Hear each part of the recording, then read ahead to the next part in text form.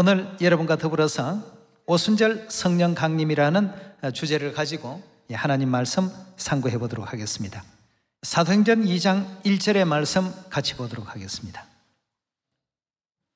오순절 날이 이미 이름에 저희가 다 같이 한 곳에 모였더니 호련히 하늘로부터 급하고 강한 바람 같은 소리가 저희 앉은 온 집에 가득하며 불의 혀같이 갈라지는 것이 저희에게 보여 각 사람 위에 임하여 있더니 저희가 다 성령의 충만함을 받고 성령이 말하게 하심을 따라 다른 방언으로 말하기를 시작하더라고 했습니다.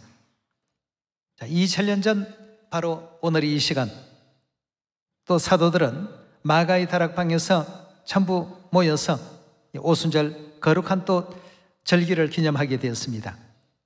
오순절 날이 이르게 되니까 하늘로부터 급하고 강한 바람 같은 성령이 모든 사람 위에 또 임하게 되셨고 불의 혀같이 갈라지는 불같은 성령이 모두의 그 마음에 뜨거운 열정과 또 열심을 허락해 주셔서 이때부터 하루에 3,000명, 하루에 또 5,000명 사마리아 땅끝까지 복음 전파하는 큰 역사가 일어나기 시작한 그런 날이 바로 오늘 이 오순절 절기가 되겠습니다. 오순절은 구약의 절기 명칭이 77절이라고 이렇게 불렀고 또 신약에 와서는 이 오순절이라는 그런 절기명으로 불리우게 되었습니다. 레위기 우리 23장 한번 열어서 77절에 대한 내용도 잠깐 살피도록 하겠습니다. 레위기 23장 15절의 말씀 보시면 안식일 이튿날 곧 너희가 요제로 단을 가져온 날로부터 그날은 바로 무슨 날이었습니까? 초실절이고 부활절이죠. 그래서 예수님께서도 안식일 그 다음날 잠자는 자의 첫 열매로 부활하시게 된 것이죠. 안식일 이튿날 곧 너희가 요제로 단을 가져온 날로부터 세어서 7안식일의 수요를 채우고 오라고 했습니다. 그럼 7안식일 하면 7 곱하기 7 해서 77은 49일이 되겠습니다. 16절의 말씀 보겠습니다. 제7안식일 이튿날까지 합 50일을 계수하여 새 소재를 여호와께 드리라고 했습니다. 오순하는 뜻이 다섯오자의 열흘순입니다. 합쳐서 50이라는 뜻이 되겠습니다. 그래서 이 오순절이라는 이 절기가 신약에서 처음 생겨난 것이 아니고 이미 어디에 있었습니까? 하나님의 그 율법 안에 이미 있었던 모세 시대 3,500년 전부터 쭉 지켜내려왔던 그러한 어떤 역사였다는 사실을 확인할 수가 있겠습니다. 신약에서는 그 오순절에 대한 그 예언을 성취시키고 이루신 그러한 역사가 아니겠습니까? 그래서 모든 일들은 구약은 그림자고 신약은 실물로서 하나님께서 그렇게 대비되도록 관계를 맺어놓으신 것이 또 우리 하나님 말씀의 짝이 되겠습니다. 16절의 말씀 봅니다.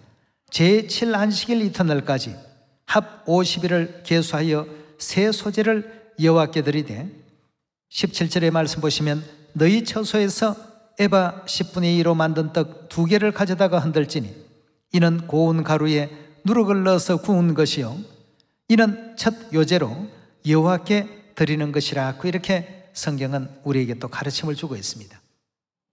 바로 이 날이 이제 안식일 이튿날 요제를 가져오던 그 날로부터 세어서 50일째, 즉 부활절부터 50일째가 바로 오늘입니다. 그래서 이런 모든 구약의 절기의 그 날짜 정하는 것, 날짜가 언제 어떻게 이루어진다는 것이 이미 하나님께서는 모세율법 속에 다 정해 놓으셨고 그 정함을 따라서 신약에서도 50일째 되는 그날에 하나님께서 이른비 성령을 또 초대교회 모든 성도들에게 부어주셨던 그 역사를 우리가 또 볼 수가 있겠습니다. 자, 그렇다면 오순절의 성령을 하나님께서 왜 허락하셨을까? 오순절 성령을 허락하신 그 뜻과 이유에 대해서 우리 한번 사도행전 1장 열어서 말씀을 살펴보도록 합시다. 사도행전 1장 6절의 말씀 보시면 저희가 모였을 때에 예수께 묻자와 가로되 주께서 이스라엘 나라를 회복하심이 이때이니까 하니 가라사대 때와 기한은 아버지께서 자기의 권한에 두셨으니 너희의 알 바가 아니요 오직 성령이 너희에게 임하시면 너희가 권능을 받고, 성령이 임하시면 모든 하나님을 믿었던 자녀들은 권능을 받는다고 되어 있습니다. 예루살렘과 온 유대와 사마리아와 땅끝까지 이르러 내 증인이 되리라 하시니라 하고 했습니다. 이래서 이제 성령 받기 위해서 열흘 동안 마가의 다락방에서 간절히 하나님께 간구했던 그 역사가 오순절을 통해서 이른비 성령을 부어주심으로 말미암아 사마리아 땅끝까지 그리스도를 증거하는 그리스도의 증인으로서의 그 삶이 이제 오순절부터 시작이 되게 된 것입니다.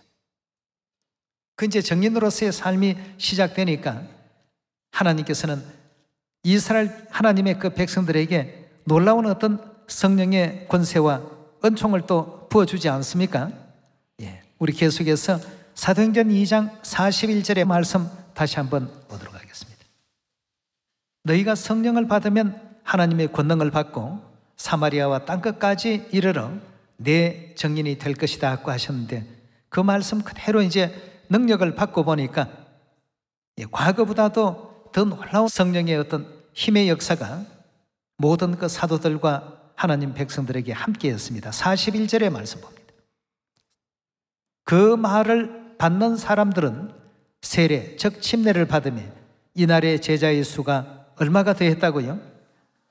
지금까지의 어떤 120명밖에 모이지 못했던 그런 수가 하루 만에 3,000명이나 되는 이런 어떤 수로 하나님께서 급격히 성장시켜 주시고 발전시키셨던 이러한 역사가 오순절을 통해서 시작하게 되었던 것이죠. 그래서 여기에서도 그냥 이렇게 하루에 3,000명이 들어온 것이 아니라 전도가 이제 이때부터 시작이 되었던 것 아니겠습니까? 베드로가 일어나서 하나님의 말씀을 또 전파하는 그 과정에서 하루에 3,000명이나 되는 이런 많은 사람들이 은혜를 받고 감동을 받고 하나님께로 또 회개하고 돌아올 수 있는 이런 영안들이 열려지기 시작했습니다. 이 시대 하나님께서 오순절에 왜 성령을 허락하셨을까? 바로 이런 역사를 이루라고 능력을 주시는 것 아니겠습니까? 에스겔 3장 16절의 말씀 함께 보시겠습니다. 7일 후에 여호와의 말씀이 내게 임하여 가라사대 인자야 내가 너를 이스라엘 족속의 파수꾼으로 세웠으니 너는 내 입의 말을 듣고 나를 대신하여 그들을 깨우치라. 결국 성령을 부어주신 그 이면의 이유는 세상을 깨우치고 회개시키는 일을 하라는 이런 뜻에서 허락하신 것 아니겠습니까? 예수님께서 십자가에 못 박히시고 또 로마 군병들에게 끌려가시고 또 대제사장들의 종졸들에게 잡혀가시는 이런 일들을 이제 제자들이 목격하고 굉장히 두려워서 늘 그들이 모이면 문을 잠궈놓고 아무도 이제 들어오지 못하게끔 자기들끼리 이제 비밀리에 그렇게 또 모였습니다. 그랬던 것이 예수님의 어떤 부활의 그 권능을 보고 또 40일 만에 하늘로 올리우시는 그 성천의 어떤 영광을 통해서 제자들의 마음에는 굉장히 큰 어떤 감화가 일어나기 시작했습니다. 그리고 또 연이어서 기도 외에는 이런 일을 이룰 이유가 없다라고 말씀하신 그 기도를 열흘간 계속 함으로 말미암아서 그 기도의 향연이 하늘 보좌에 상달되었고 하나님께서 또 그들에게 사마리아 땅끝까지 그리스도를 증거하는 증인들로서의 능력과 권능을 한없이 부어주시게 된 것이죠. 이 권능을 받고 복음을 전하니까 말씀을 듣는 사람들의 만문이 그렇게 활짝활짝 열려서 5,000명도 3,000명도 다 하나님께로 돌아오는 놀라운 은혜의 그 역사가 시작된 그 시점이 바로 오늘 이 오순절이 되겠습니다. 우리도 지금 10억 전도를 넘어서 77억 전도 완성에 이 오순절이라는 이 절기는 참으로 우리에게 중요한 어떤 의미가 있는 날이라고 볼 수가 있겠죠. 그래서 오늘 에스겔 3장 17절의 말씀 가운데 내가 너를 이스라엘 족속의 파수꾼으로 세웠으니 너는 내 입의 말을 듣고 나를 대신하여 그들을 전부 깨우치라고 했습니다. 자, 깨우치는 어떤 그 역사에 18절의 말씀 보겠습니다. 가령 내가 악인에게 말하기를 너는 꼭 죽으리라 할 때에 너가 깨우치지 아니하거나 말로 악인에게 일러서 그 악한 길을 떠나 생명을 구원케 하지 아니하면 그 악인은 그 죄악 중에 죽으려니와 내가 그 피값을 내 손에서 찾을 것이오라고 했습니다. 우리가 지금 서 있는 우리의 현실과 우리의 현장을 잘 이해하셔야 되겠습니다. 왜 하나님께서 성령을 부어주셨을까? 왜 이런 절기를 지킬 수 있도록 허락을 해주셨을까? 결국 이렇게 그들을 구원하지 못하게 된다면 그 피값을 우리에게 찾겠다라고 이렇게 말씀을 하고 있습니다. 19절입니다. 내가 악인을 깨우치되 그가 그 악한 마음과 악한 행위에서 돌이키지 아니하면 그는 그 죄악 중에 죽으려니와 너는 내 생명을 보존하리라. 그가 받아들이지 않는 것은 그 잘못이 그에게 있는 것이지 전한 너에게 있는 것은 아니다라는 뜻으로 우리 하나님께서 우리의 끝 사명에 대한 것을 지금 일깨워주고 계십니다. 세상을 회개시키고 다 구원받을 수 있도록끔 선한 빛의 자녀들로서 빛의 하늘 군대로서 우리가 또 해야 될 사명을 하나님께서 이렇게 또 일러주셨습니다. 자, 이렇게 다수권의 사명 또 하나님의 정인으로서의 그 사명을 온전히 다 감당하게 될 때 이 말씀이 어디까지 뻗쳐진다고 하셨는지 시편 19편을 열어보도록 합시다. 19편 1절의 말씀 보시면 하늘이 하나님의 영광을 선포하고 궁창이 그 손으로 하신 일을 나타내는도다. 날은 날에게 말하고 밤은 밤에게 지식을 전하니 언어가 없고 들리는 소리도 없으나 그 소리가 온 땅에 통하고 그 말씀이 어디까지 이른다고요? 세계 끝까지 이르도다. 여기 지금 보니까 하나님의 그 말씀은 전파되지 않는 곳이 없고 땅끝까지 세계 끝까지 이와 같이 이르게 될 것이다 고 이렇게 일깨워주고 있습니다. 그럼 결국 하나님의 그 말씀이 세계 끝까지 이르게 되면 말씀을 듣는 사람들에게 말씀을 전하는 자들이 어디로 다 오라고 외쳐야 되겠습니까? 시온으로 돌아오라고, 하나님이 계신 시온으로 오십시오 하는 이 기회를 반드시 우리가 전해야 되겠습니다.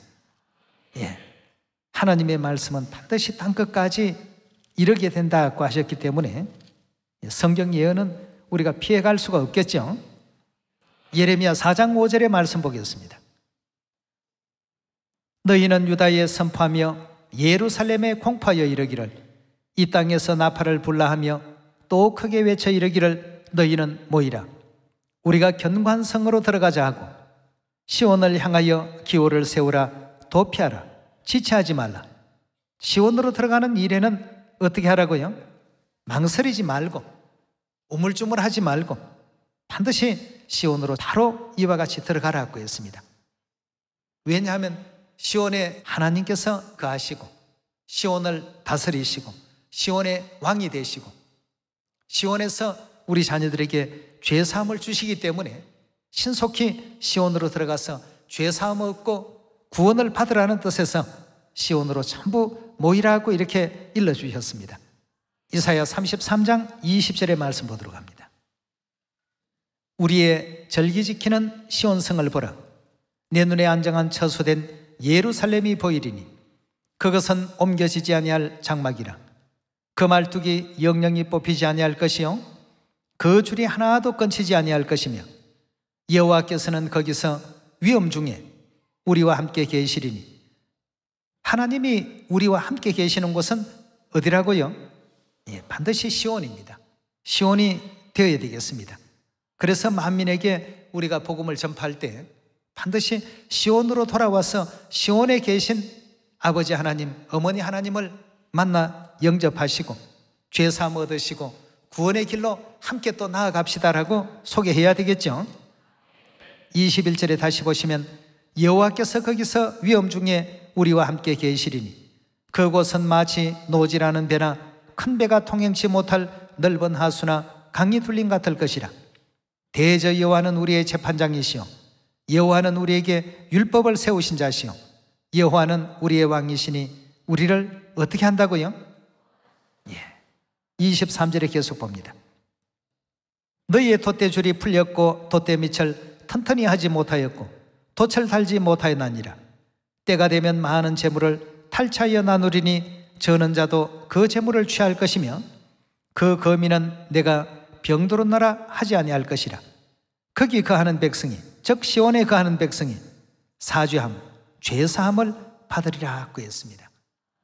이런 은혜가 있고 구원의 은총이 있기 때문에 시온으로 빨리 모이십시오.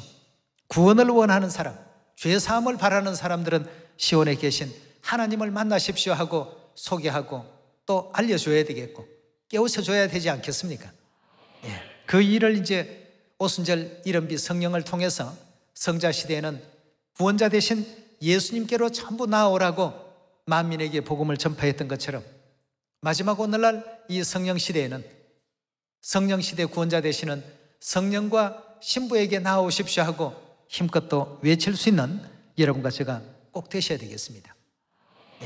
와서 죄사함도 받고 와서 구원도 받으시고 와서 영생의 축복도 받으시고 와서 아버지 하나님, 어머니 하나님도 만나도록 하십시오 하고 외칠 수 있는 우리가 되어야 되지 않겠습니까? 그럼 우리가 지금 하고 있는 이 일은 누구의 일을 대신한다고 에스겔 선지자가 설명했습니까?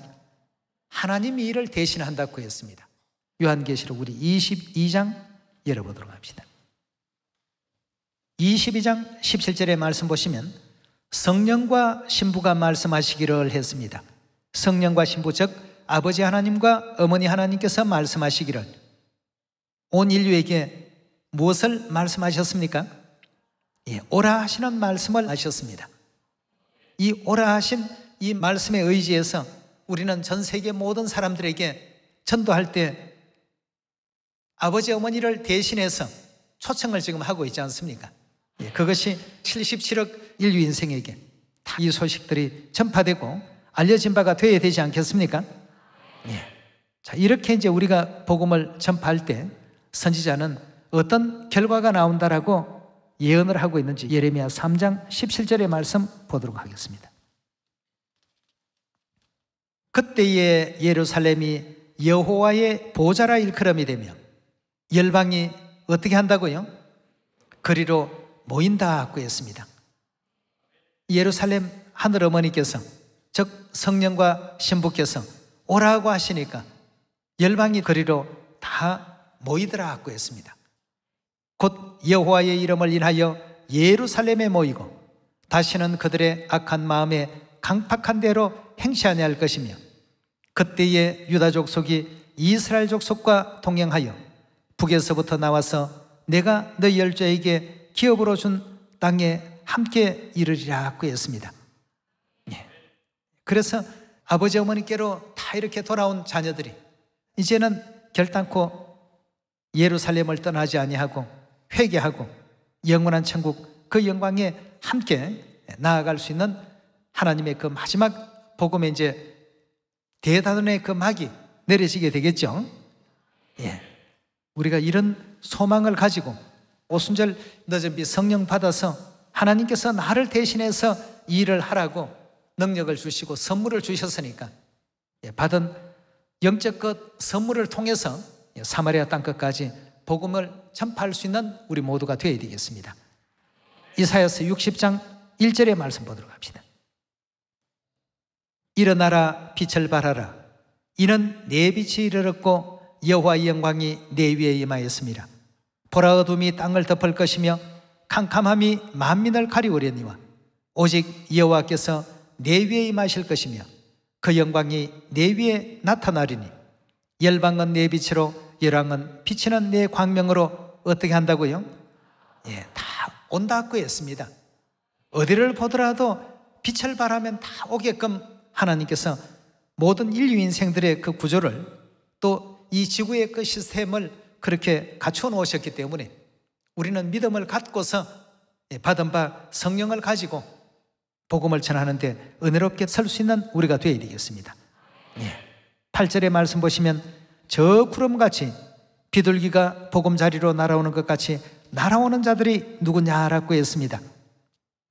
다 이렇게 돌아오고 날아오고 안기오고 이렇게 해서 결국 예루살렘 하늘어머니 품으로 마지막 하늘 백성들이 다 돌아오는 장면을 이사야 선지자는 지금으로부터 2700년 전에 이 광경을 기록하게 된 것입니다. 20절로 넘어가겠습니다. 다시는 내 해가 지지 아니하며 내 달이 물러가지 아니할 것은 여호와가 내 영영한 빛이 되고 내 슬픔의 날이 마칠 것임이라. 내 백성이 다 의롭게 되어 영영이 땅을 차지하리니 그들은 나의 심은 가지요 나의 손으로 만든 것으로서 나의 영광을 나타낼 것인즉 그 작은 자가 천을 이루겠고 그 약한 자가 강국을 이룰 것이라.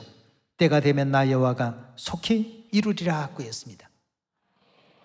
우리가 받은 바 끝 오순절에 이른빛 성령, 또 이 마지막 시대에 늦은빛 성령, 우리 하나님께서 충만히 또 허락해 주실 때 우리가 성령을 받았다는 그 자체로서 기뻐하고 모든 것을 끝낼 것이 아니라 해야 할 일이 있습니다. 성령을 부어주신 데는 이유가 있습니다. 하나님을 대신해서 일을 할 수 있도록 권능도 입혀 주시고 능력도 부어주시고 하려고 하는 사람에게는 할 수 있는 능력을 하나님께서 항상 주십니다. 그래서 하는 사람들은 다른 걸 우리가 의지하지 마시고 하나님을 의지해서 하나님께서 일하는 자에게는 반드시 능력을 꼭 부어주신다고 했습니다. 일하지 않는 데에는 굳이 삽이 무슨 필요가 있고 곡괭이가 무슨 필요가 있겠습니까? 그 모든 연장은 일하는 사람에게 전부 필요한 도구들입니다. 마찬가지로 우리에게 부어주실 성령의 은사, 성령의 능력 또한 일하는 자에게 다 필요하기 때문에 일을 하게 된다면 하나님께서는 다 허락하신다고 되어 있습니다. 이 복음을 하시다가 때로는 우리가 또 여러 가지 어려움에도 직면할 수가 있고 외부 환경 때문에 이 복음이 잠시 잠깐 주춤거릴 수도 있습니다. 그러나 그 외부 환경에 절대 굴할 필요가 없습니다. 우리에게 환난과 또 고난과 어떤 어려움이 엄습할 때마다 이 문제를 꼭 한번 생각해 볼 필요가 있겠습니다. 여러분, 컵 속에 물이 이제 가득 채워져 있습니다. 거기에 여러분들이 소금을 한 움큼 컵 속에 넣었을 때 소금이 다 녹게 된다면 그 물맛이 어떤 맛이 되겠습니까? 굉장히 짠 맛입니다. 그렇지 않습니까? 그러나 컵이 아니고 이제 조금 좀 용기를 좀 달리 해봅시다. 아주 넓은 호수에 똑같은 양의 소금 한 움큼을 집어넣어서 그 소금이 다 녹았다라고 한다면 그 호수에 있는 물맛이 어떤 맛이겠습니까? 짠맛을 느낄 수 있습니까? 전혀 느낄 수가 없습니다. 그럼 우리가 복음을 전파할 때 어려움을 겪을 때마다 늘 컵과 같은 우리의 그 마음이 작은 어떤 믿음을 갖고 있고 작은 생각을 갖고 있을 때에는 한 움큼의 그 소금이 굉장히 짜게 느껴집니다. 그러나 호수같이 큰 마음, 넓은 어떤 믿음, 이런 것을 갖는다면 외부의 어떤 환경이 우리를 괴롭게 한다고 할지라도 그건 내게 있어서 그 어떤 영향도 줄 수가 없습니다. 이른빛 성령을 받았던 사도들이 그런 어떤 마음을 가지고 복음을 전파하니까 그 바리새인 서기관들이 전도를 못하게끔 회방하고 방해하고 옥에 가둬넣기도 하고 수많은 외부적인 어떤 환난과 고통이 있어도 그 사도들의 복음 전하는 그 일은 멈출 줄을 몰랐습니다.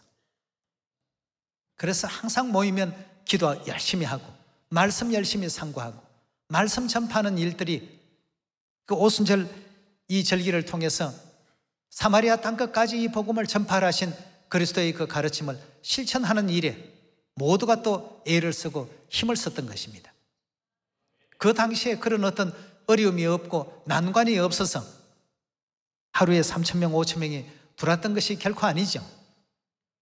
우리가 이 마지막 시대를 또 살아가면서 복음을 전파하고 오순절을 통해서 하나님께서 주신 그 성령이 바로 우리의 믿음의 그릇을 크게 해주는 역할을 한다고 꼭 믿으시고, 우리 앞에 전도를 못하게 하는 여건과 조건이 수천 수백 수만 가지가 있다 하더라도 하나님께서 시편 19편을 통해서 이 말씀이 어디까지 이른다고 약속했습니까?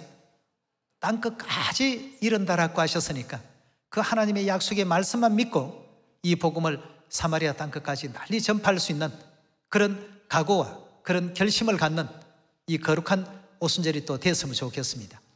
그리고 성령의 축복도 많이 받는 오순절 절기가 되길 바라면서 말씀 마치도록 하겠습니다. 감사합니다.